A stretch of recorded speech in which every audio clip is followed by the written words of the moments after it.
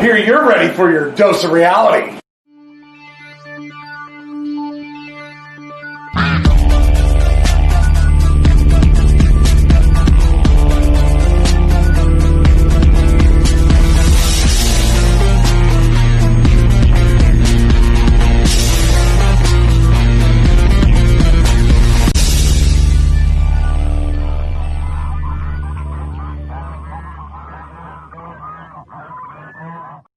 Hey, what's up, everybody? Welcome back to the Dr. Quack podcast. I'm your host, Dr. Quack, and I'm the real host, the important one, Mr. Mayhem. And today, you're actually wearing an appropriate shirt, only for one reason. seriously? Yes, because we're all about being serious here, right here on the Starcade 85. And The a Gathering. and a back that goes up to this pay-per-view was, seriously? It was definitely something else here. I'm telling you, this was, a great build-up as far as, the main event went, with Dusty Rhodes and Ric Flair. Yeah, and then there were some things that just made you scratch your head as like, did they pay attention to the order that they put this in?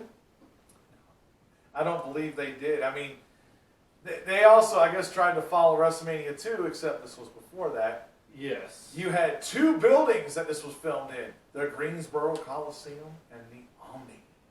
The Omni in Atlanta, and they alternated between locations. So if you were sitting at a closed circuit event in South Carolina, as an example, they'd flip between show to show, match to match. So the people sitting in the crowd would spend a lot of time sitting and waiting for the next match to happen. Yep, and a little bit of change, too. Gordon Soley was gone at this point as far as Starcade 85 goes. I'm not sure the real answer on it. The best research I could find is that he was not feeling well. He had some family issues, and so he was taking some time off.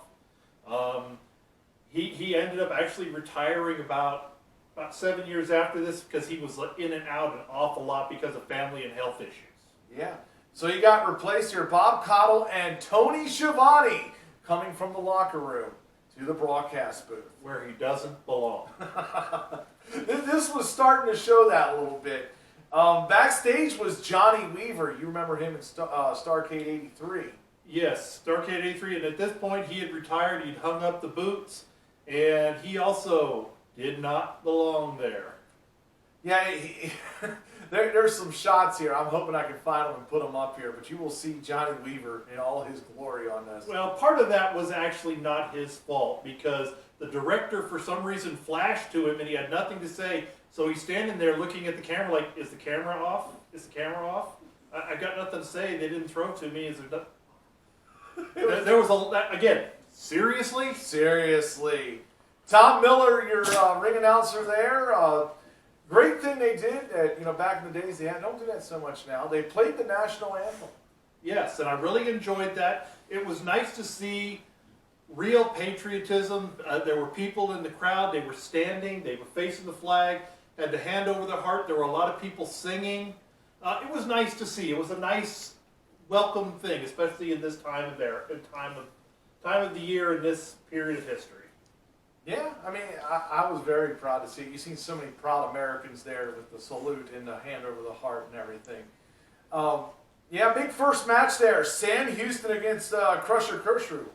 Crusher Khrushchev. Khrushchev, excuse me, I cannot speak today. It's okay. Now, this first match took place at Greensboro, and Sam Houston against Crusher Khrushchev for the vacated Mid-Atlantic Heavyweight title. Now, for those of you that don't remember Crusher Khrushchev, he left shortly after this and became Demolition Smash. That's right. Before this, he was an American who had turned his back and became a Soviet or Russian athlete. And this was for the Mid-Atlantic title.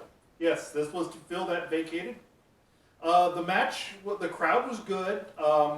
Sam Houston was never really a big draw once he got out of the regions, but he was still kind of popular at this time. It was a good job, good crowd. We saw our first screw job finish for the night that actually really got the crowd upset. They really wanted to see, Crusher get his comeuppance, and he started getting beat up. He became the jobber of the Russian team as their story progressed. But all in all, it was a good opening match. I gave it 2 stars. Yeah, and that's exactly what I gave it. You know, the Crusher, you know, he had his feet on the ropes. He won with that sickle. That sickle looked really good, as always he did. You know, his big matchup, power versus speed. It was a solid opener. It was a lot better than what they did in previous Starcade. Much better. Yeah. I almost gave it 2.5 just for the good crowd reaction, but Sam Houston just really looked out of place there. It didn't. He looked like he didn't belong. Totally agree on that. Moving along here, the Raging Bull, Manny Fernandez, taking on Abdullah the Butcher with Paul Jones in what they called a Mexican death match. Now, what was this match? Now, I did a little research, and I found there's several different Mexican death matches. Most of the ones in Lucha Libre involve the 6 men inside a cage, and it's elimination style, where if you're pinned, you're handcuffed to the cage. Yes. This was not that. This was a hat-on-a-pole match. This is pre-Vince Russo, but it was a sombrero-on-a-pole match between 260-pound Manny Fernandez and 450-pound Abdullah the Butcher. Oh my God. Again, seriously? Now, I gave this match 2.5 stars. Again, seriously? But, while the premise was silly, the intensity was strong. You definitely bought. These guys didn't like each other, and this was a blow-off to a feud. The intensity is what gave me 2.5 stars. Yeah, I mean, blood galore on this. I was very happy to see that. I thought it was funny when Abby's sitting here trying to hide his weapon when it's literally no disqualification. Yes. I mean, they had the cowboy booth out there. They were using the whipping belt. I mean, Yep. it was really good. Manny Fernandez went over on that victory. I gave it 3.25. I actually loved the match. I did too, but like I said, the premise was just so silly, I just couldn't give it higher than that. I felt like it set the table for further things to come here. Yeah, and by the way, this match was the first one that took place from the Omni in Atlanta. So we've had one from Greensboro to the Omni. We're getting ready to go back to Greensboro. So what we got? Yeah, back in Greensboro here. Bull rope match. Ron Bass taking on Black Bart with J.J. Dillon. If Ron Bass wins, he gets a bull rope match with J.J. Dillon lasting 5 minutes in the ring. Black Bart and Ron Bass. Ouch. I will tell you the big thing I like though about it, and this is a common theme it seems like through Starcades, blood galore. Yes, that's almost every match in this one's going to have some color on there, which that's already been a kayfabe word of the day, so everybody should remember what the word color means. But this match, I'm giving this match 2 different ratings, one for the Black Bart and Ron Bass, and one for the Ron Bass and J.J. Dillon. Okay. The Black Bart and Ron Bass match sucked. I'm telling you right now, Saturday Night Live got it wrong. This one had too much cowbell. Way too much cowbell. That would seem like the only weapon that was used. They didn't use the bull rope. They weren't doing, just hitting each other with fists. Almost every strike was the cowbell. And it was way too slow and plodding. The crowd wasn't into this match until like the last 30 seconds. So this match got 1.25 stars from me. 2 stars for Ron Bass and J.J. Dillon because the crowd wanted to see J.J. get beat up. He got beat up, and then we had a silly ref bump, which is one of many ref bumps for the night, Yes. which this is the true kayfabe word of the day, ref bump. When the referee is deliberately knocked down so they don't see what happened. We know Ron Bass got the pin because J.J. Dillon got the pin in the second match. I did give that match 2 stars because while the ref bump was aplenty, the match was entertaining. The second part was entertaining. Yeah, I mean, combined, you pretty much hit what I hit. I'm giving it 3 stars because I'm counting this as a combination. It was all basically one match. Yeah, I mean, J.J. Dillon came out dressed to fight, so it made you think instantly Ron Bass is going to go out there and fight him in the second match. Yeah, pretty solid. I think it set the table. It helped with that. The next one, though, not so much. Yeah, this one came from the Omni in Atlanta. This was, at first it was an arm wrestling match, and then it was supposed to be a match after that. It was Superstar Billy Graham, no longer Ninja Billy Graham, he's back in the tie-dye. All right, superstar, baby. Facing the Barbarian. And, oh my God. Stop that. Have you ever seen arm wrestling work out in professional wrestling? I mean, have you ever just seen it go clean and they shake hands? Does that ever happen? It's along the same lines as the signing of the contract for the match. I understand, you know, you can't go with the same, you got to shake it up sometimes, but leave arm wrestling out of it. Really, and the table looked like it was about to break. And it made even less sense because the Barbarian had a cast on his hand.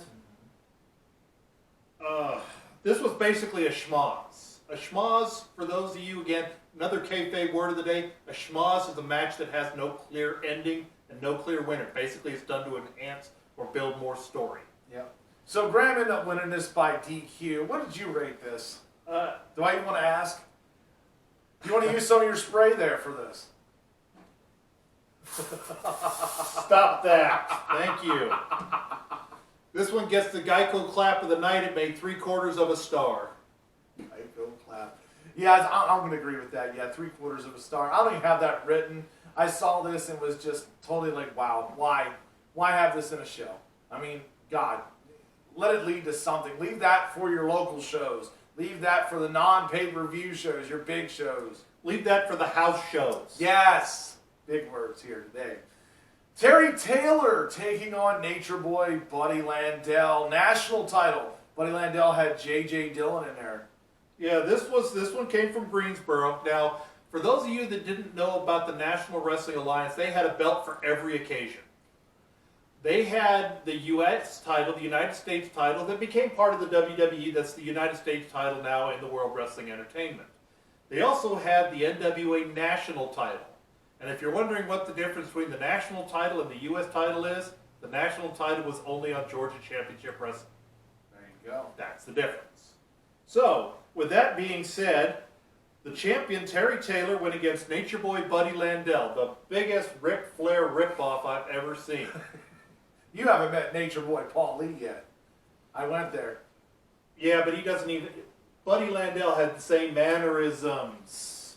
Oh, God, yeah. It was bad. Another back-to-back ref bump. They had a ref bump last time in the Greensboro, and now they have one here. And the crowd didn't really like this match. The crowd was very flat. They didn't care. Nobody really got excited about anything. They didn't even care about the screw job finish. Buddy Landell won the title in a lackluster 2-star performance. Yeah, I gave it a 2.5, only because J.J. Dillon had enough time to get changed into a tuxedo following one match to the other. That just, you know, wow. But he came out halfway through the match. He did. It took him quite some time to come back out there. You know, was just completely shocked by that. The match was subpar. I think, you know, a lot of people were let down with that whole arm wrestling match. I believe that had a lot of... But that was in the Omni, and this was the Greensboro. Right. You know, it was... But I think those who were not watching live and were watching at a theater or some other closed circuit location were definitely let down. Yeah, it was definitely not pretty there. Next match here, the Minnesota Wrecking Crew there. Ole and Arn Anderson taking on Wahoo McDaniel and Billy Jack Haynes. United States Tag Team Champions, but the titles were for the national tag team titles held by the Minnesota Wrecking Crew. Yes, another one of those again. The U.S. titles were the secondary tag titles across the NWA, and the national titles were only in Georgia. And this match was good. It was a very standard, classic Arn Anderson, Minnesota Wrecking Crew style match. Or not Arn, excuse me, Ole Anderson. He invented the Minnesota Wrecking Crew, or him and Gene. But basically it was the work the arm, twist the arm, a lot of slow, methodical work in here, with Wahoo taking a majority of the abuse, and with Billy Jack coming in for the nice hot tag. Although it looked a little sloppy, he came in and just wore everybody out. It was a really, really good match. The crowd was really hot the whole way through, and this was early for Horseman. Yes. Tully Blanchard had not yet joined at this point. It basically, Ric Flair and Ole and Arn had just broke Dusty's leg a couple months before, and this was the start of the seeds that became known as the Four Horsemen. So all in all, this match was decent, although I gave it a lower rating than it really deserves. I only gave it 2.5 stars. It was a good, solid match. Yeah, and I'm basically going with that 2.5. It was wild to see Arn Anderson as the green guy. That really, you know, a lot of people love Arn Anderson, including you. Yes. You know, and many years, you know, watching him wrestle. But right there, you could see the green side of him coming out. I mean, he definitely, you know, cleaned up after this. Yes. But, yeah, big match here. Tully Blanchard with Baby Doll taking on Magnum TA. U.S. title match in the steel cage, and this was an I Quit match. Greensboro Coliseum got, along with the dog collar match between Roddy Piper and Greg Valentine, probably two of the most well-remembered matches of all the Starcades. And this is the other one. Quick note, Baby Doll, this time she was not yet married to Sam Houston, but she does marry Sam Houston a few months after that. And going back to Sam Houston is the half-brother of Jake Roberts. So there's a little family in there. When this man does his homework, he does his homework. So this crowd bought everything. This match was like 17 or 18 minutes long. Yeah. And it wasn't the standard I Quit where the referee was carrying the microphone around. The guy in charge of beating up the opponent had to go get the microphone and put it in their face. So you saw both of them carrying the mic around throughout this match. 4.5 stars. I mean, this match, Magnum TA, this was the match that got him ready to be a world champion, even though the car accident that happened shortly before '86, Starcade caused him that all to go away. This was the match that put him on the map and made him ready to be a world title champion. 4.5 stars, excellent all the way through. Yeah, I put this at 4 stars. I felt like, yeah, I'm with you. This was definitely one of the best ones out of the Starcade, you know, especially NWA side. You know, it really stood out among, you know, the rest of the show there. I mean, it was definitely a highlight for sure. Yes.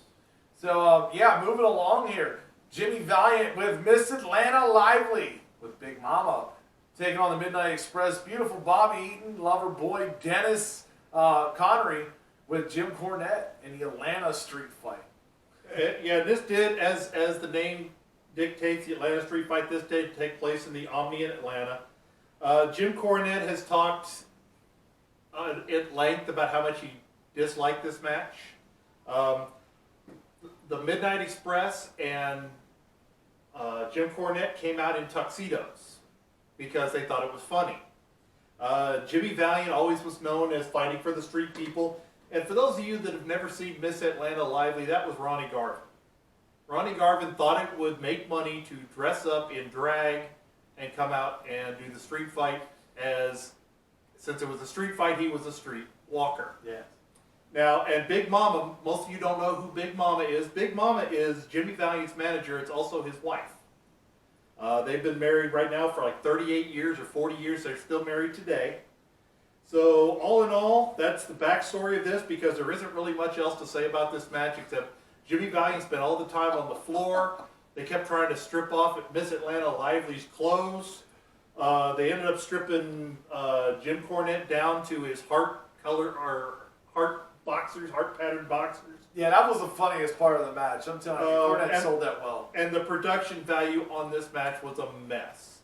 The camera kept jumping around. The director kept cutting to things that were going on that didn't matter. Like they sighted in on one where they sighted in on the ref's feet. I mean, it was just that bad. Yeah. But despite all of that, just the silliness and funniness of all of that, just for pure, seriously value, I gave it 2 stars. Yeah, I'm with you on that. I mean, it was comedy. You would expect this from the WWF back in the days, I think, when it came to the sheer comedic value. But yeah, it was not that great. It did not help with the card here. I'm going with you on that. 2 stars there. Koloff's taking on the Rock and Roll Express NWA World Tag Team titles. I'm going to tell you, this was one of my favorite matches to watch on the card. Yeah, I agree with you. This one took place in Greensboro. growing up, I didn't really care for Ivan and Nikita's Koloff because of the more of the patriotic. It wasn't because I didn't like their work. I didn't really know what I know now until I got into the wrestling business. And Ivan Koloff, incredible. I mean, he was the third ever Worldwide Wrestling Federation champion. He took it off of Bruno Sammartino. He ended the 8-year reign of Bruno Sammartino. That's how high people think of Ivan Koloff. He got that honor. That's right. Koloff for the Hall of Fame. God, can he get in there already? Yeah, since we had people following my advice and not doing hashtag Uncle Elmer, let's start a good hashtag. Hashtag Koloff for WWE Hall of Fame. Yes. He deserves it. He really does. Now, this match was incredible. I was never a Rock and Roll Express fan. I always cheered for the Midnight Express and just beat him up. But I also learned as I've gotten in the business how good Ricky Morton really was, really is. So, all in all, I gave this match 3.5 stars. The Koloffs lost the titles on this night. The only reason I couldn't go any higher, another ref bump. But the crowd was hot. Yeah. They wanted every single thing. And this time, they let the lights out a little bit, and you can actually, it wasn't piped in sound. You could see the crowd. They were into this match. So I gave it 3.5. Yeah, I went 3 there myself. I mean, really, that match kind of saved a little bit of the show. I mean, it really kept you wanting to go, all right, man, we're getting ready to see the main event here. It was a great matchup in a cage. I mean, most of the time you see like tornado tags in there, but this is actually a regular tag team match where they had to tag each other. It was a little bit mind-blowing there. It was. You know, it was a really great match, great finish. Really enjoyed it here. The big main event here, Ric Flair, Dusty Rhodes, World Heavyweight title. Tommy Young making his only appearance on the show. Yes. And this last one came from the Omni in Atlanta. And this one caused I don't know if it was the genesis of it, but it definitely became more prevalent. We got 3 kayfabe words of the day. The third one is the Dusty finish. Dusty Rhodes is known for a finish where somewhere along the way the referee gets knocked down, another referee comes in, and the face or the good guy gets the win, and then the first referee wakes up and reverses the decision. Because although in this, what we saw at the end of this night was Dusty Rhodes winning the world title, 2 days later Tommy Young came out and reversed the title, and the NWA gave the title back to Ric Flair. So this match was really, really good.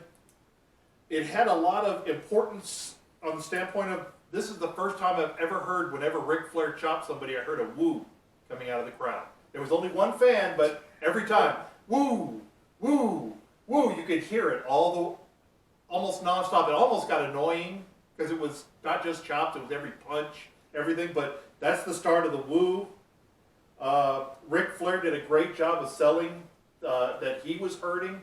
Dusty Rhodes was wearing the special boot for his ankle. There was a lot of good things that really they followed through with, unlike their previous match that made no sense. This one told a great story, and I gave it 3 stars. Yeah, I mean, I went 3.5. I love that the Horseman came out there. You actually seen Ole and R trying to get involved in this match, and he fought them off. I mean, overall, it was one of their better matches in the feud. I was very happy to see Dusty Rhodes win the title. Everybody came out congratulating him and everything. I thought it was a great match. It ended the show perfectly. The only problem I have, and at least they fixed this better, was the after show over there. Trying to do the post-game interview, they didn't really do that. It was about, what, 5 minutes? I think it was like 5 or 6 minutes, so they've been getting better. Went from 22 to 16 down to about 6. Yeah, they figured that part out. That was really impressive. I was glad to hear just minor comments and move on to the next show. So all in all, this match was, well, there was a lot of stuff going on. There was a lot of garbage on this. This match was very historically important, and it was a really good pay-per-view. It was solid for its time. There it is. Well, I'd like to thank you all for tuning in. I appreciate you guys. If you can, like, share, subscribe to this channel. Because I haven't got my pay raise yet. Like, share, subscribe. Follow us on the Dr. Quack Facebook page, too. Yeah, and don't forget to check out the Quackies here. Going on all month long here. We're putting out more and more categories. Make sure you vote. If you can't find a way in, hit me up on the Dr. Quack podcast Facebook page. I'm Dr. Quack. And I'm the important one, Mr. Mayhem. And remember, follow, like, share. And don't forget, this is where we're going next.